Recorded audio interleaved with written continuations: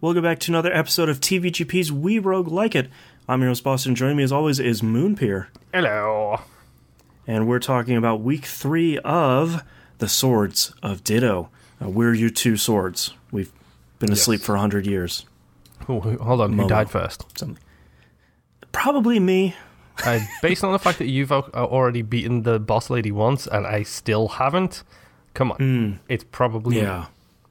Yeah, I have finished it once, but man, I could not get a run going this week to save my life, literally, in the game. But it's one of those ones where you start a run, you're like, all right, I'm doing great, I'm in my, the third zone, this is cool, I feel pretty great, and you run into, I think it only unlocks when you finish the game the first time, run into these guys that are marked as skulls on the map, and the game is very much like, take them down, and good stuff will happen. And I go and fight them, and they have a skull and an exclamation mark, and their health bar is glowing. Oh, wow. And they basically just one-shot me. It's like, okay, cool. I won't make that mistake next time. Whoops, I totally did. Yep. Oh, yeah. Something I've noticed as I keep dying over and over and over again is the enemies change a lot, depending on how many, I don't know if it's how many times you've died, what level you're up to, I'm not too sure what it is. But those stupid knights with the big swords. Oh my god, the ones that rush? Yes. Oh, they're the worst. Every single time I fight one, I'm like, I got this, and then he almost kills me every single time without fail. As I feel like I can deal with the flaming head skeletons with the really small shield. Like, you roll behind them, you move forward a little bit because the roll goes, a little too far. You slash them a couple times and they're dead. But, man, those other guys are just... Yep. They're rough. I streamed this 2 days this week, Wednesday and Thursday, and I told you this story pre-show because it worked out so perfectly. I was on a pretty good run. Wednesday, I think I started a new run. I had a solid 2 hours where I did a whole bunch of exploring and a whole bunch of exploration, and I got a bunch of upgrades. I was doing really well. I found a magical root or an elemental root, which interesting. I didn't know was a thing. So if you ever go while you're exploring, if you ever see the doors are all tangled up with something, that's an elemental magic thing. And basically you find a hole in the ground that you drop down, and then there will be what looks like a gnarly looking tree thing in that hole. And when you destroy that, it destroys the things above ground, which are tying up those doors, which then allow you to go into those doors.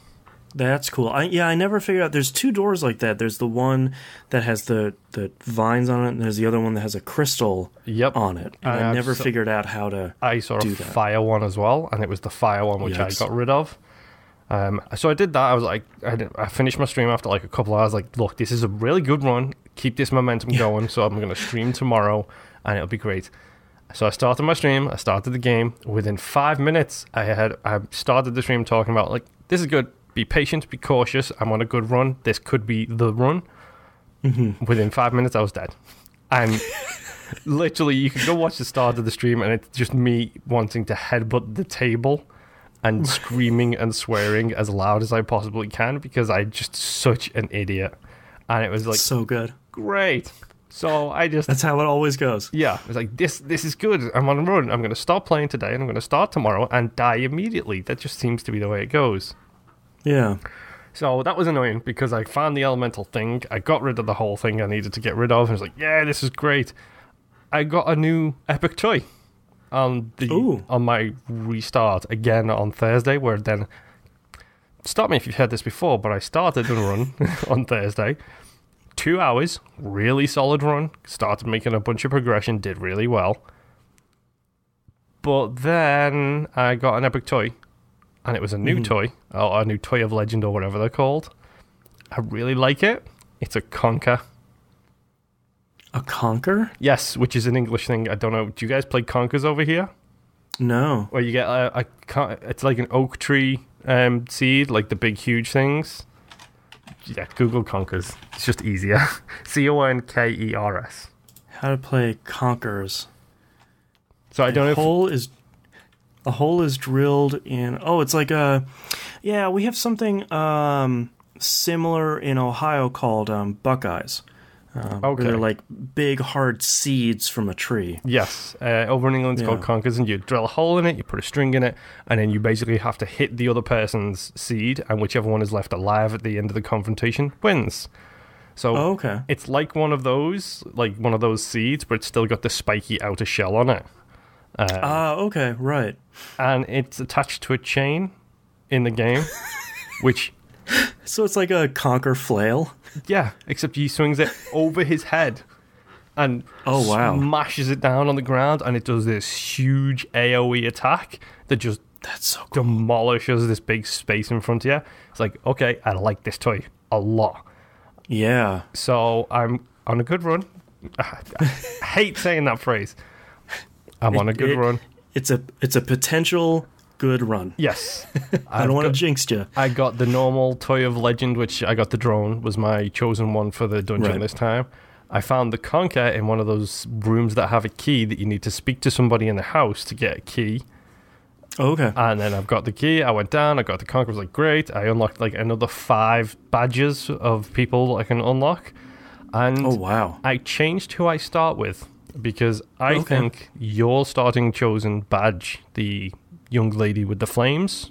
The second person? Yeah. I think she kind of breaks the game. Yeah, that fire attack it destroys enemies. Yep. Like, fire is probably a little too strong in the game. And I also got a sticker that gives me poison attack. Oh, no. Okay. So I actually now do 2 types of DOT, damage over time, for all those non-WoW nerds. So I've got two attacks when I hit them. 2 dots at once? Yes. So a couple of hits and I'm good, but common phrase throughout my 2 streams was, I hate wizards. The 2 guys who do the ranged attacks are the worst. I hate them so much. Yeah, the ones especially with the pointy hats. The ones that do the aether damage, yes. Yes. Yeah. Man, those guys are rough. I despise them so much because they always hit me, and then they're pure elemental attack, so that immediately puts your aether bar to like 3/4 full. Right. And then they hit you again, and then you're frozen in aether. And then a big guy comes along with a sword and goes slab, and you're killed. I feel like the more I play this game, the more I have that problem where the beginning enemies are really easy, and then there's this giant chasm where there's no real medium difficulty enemies. I feel like maybe the only ones that would fit in there are like the flamey head skeleton knights we were talking about. Then everything else in the game is like unfairly ridiculously hard. You know what's funny? I literally talked about this on Thursday when I was streaming. I should start watching your streams. I literally said, this game feels like it has a really easy beginning and then a huge difficulty spike. The first couple of times you die, it spikes the difficulty way up there. And now I'm up to I think I'm level 11 now.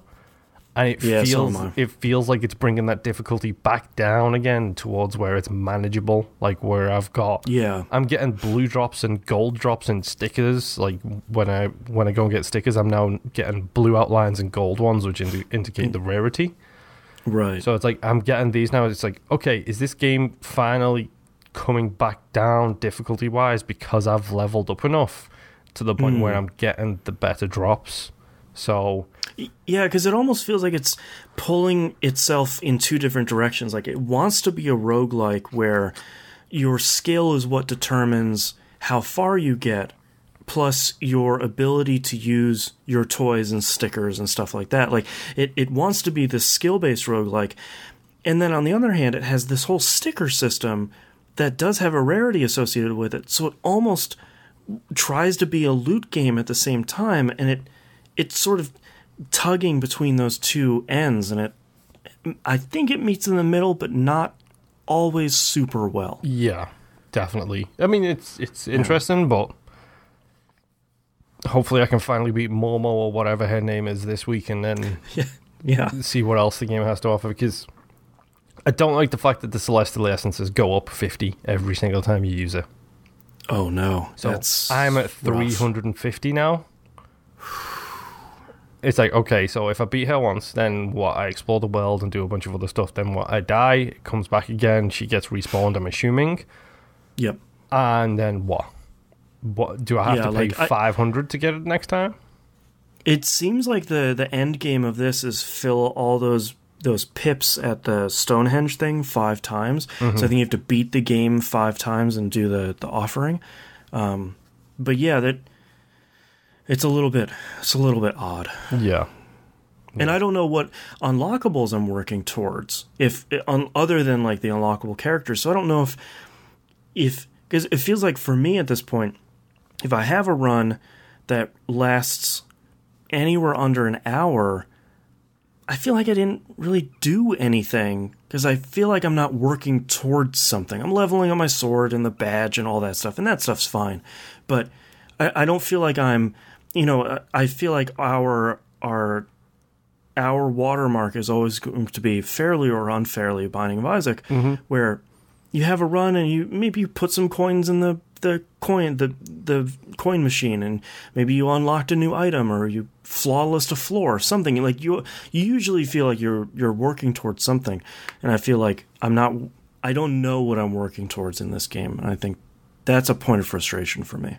Yeah, it's a little odd how there's no true through game development, like through run to run. Right. It's like, okay, great, I can carry a sticker over or I can carry something else over.